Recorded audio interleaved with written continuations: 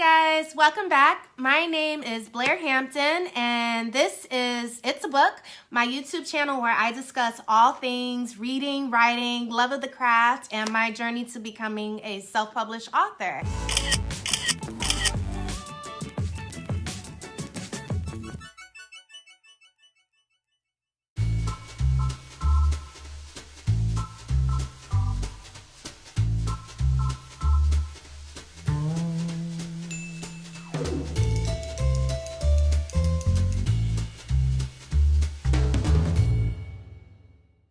Everybody, welcome back to episode 23 of It's a Book. Today I am presenting to you an ode to the literature of masterpiece theater. Please excuse me if I slip into a British accent. My best friend Dan says it's the best in the world, so if you hear me speaking with a little bit of English elocution, don't be confused. I am 100% American. Here we go. Hey, Dan. The best stories involve a bit of mystery. I was indoctrinated into the genre by my mom. She has always been an avid reader of works by Agatha Christie, Dorothy L. Sayers, and Rita Mae Brown. One of the most well-loved literary characters of all time is Miss Marple.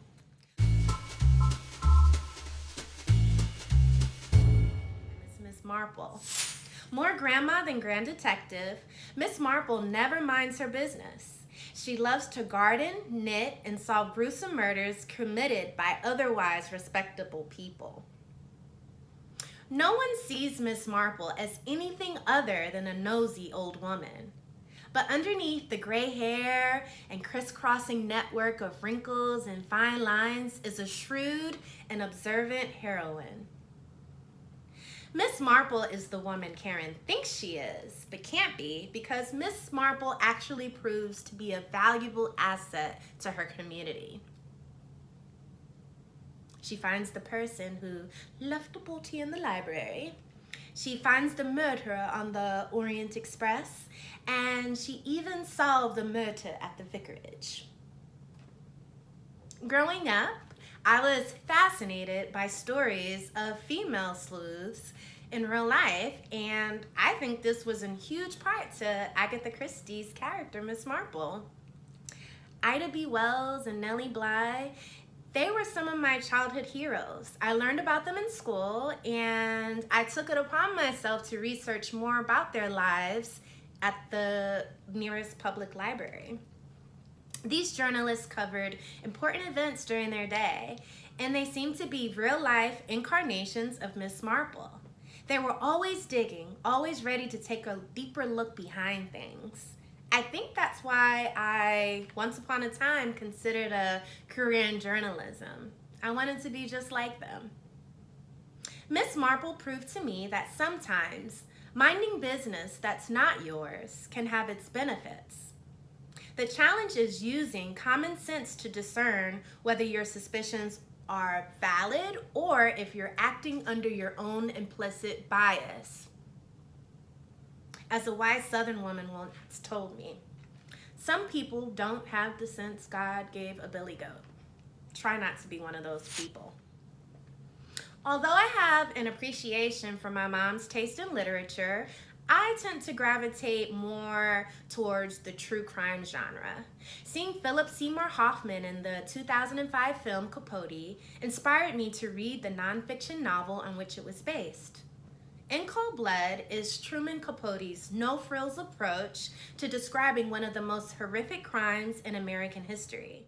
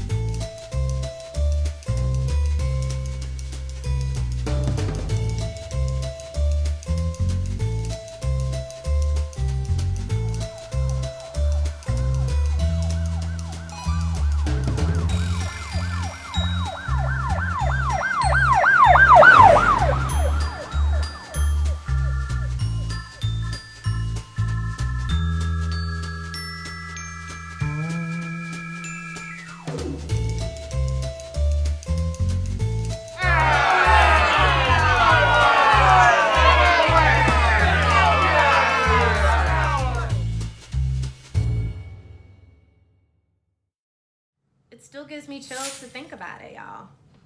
Reading this real life mystery made me want to dive deeper into the psychology behind someone who would brutally kill 4 members of a family in a small farm town in Kansas. I think I favor the true crime genre because for me, the real mystery is what are the chain of events that leads up to someone committing such a depraved act. If you haven't read In Cold Blood, you should.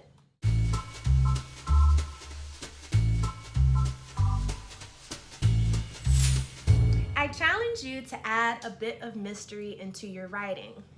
Oftentimes, we think things are as they seem. By challenging our characters to dive deeper into the dark crevices of society, we can learn so many things about the world and ourselves. Murder is as old as time itself. If we seek to end the injustices that seem to poison all of the good parts of the nonfiction story of our lives, we must dig deeper and discover the root cause of the dissension. We can look to scripture for examples of how things like envy and greed can sever the bond we have with one another.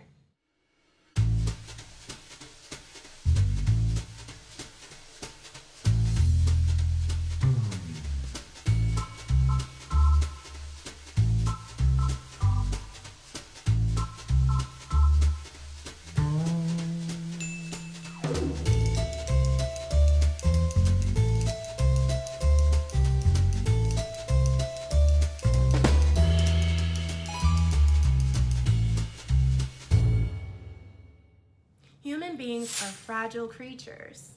We should have dominion over the earth, but so consumed are we by material things that we forget the most precious things in life aren't things. They are the people around us whom we must love, even when we think they don't deserve it. Remember Cain, who committed the first murder?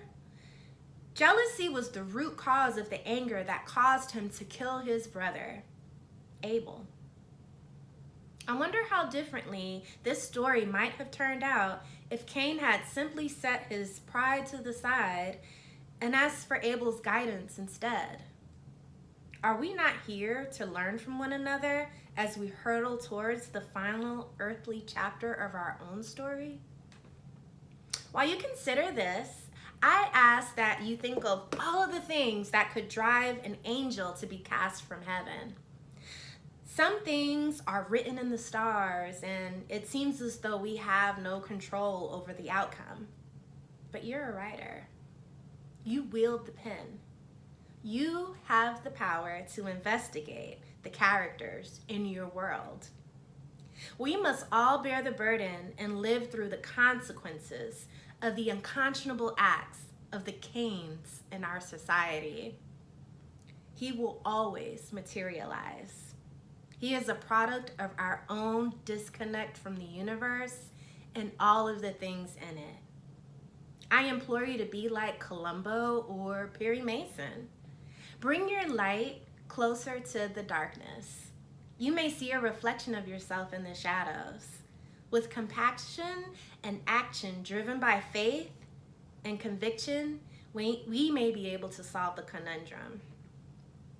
Before I leave you, I would like to share with you some prolific words from Pusha T. Perhaps if you can figure out the meaning behind these lyrics in relation to the stories I've told you today, you may find the answer as to how to catch a predator. Again, find the source of discord and destroy it before it destroys everything. And here's wise words from a decent man.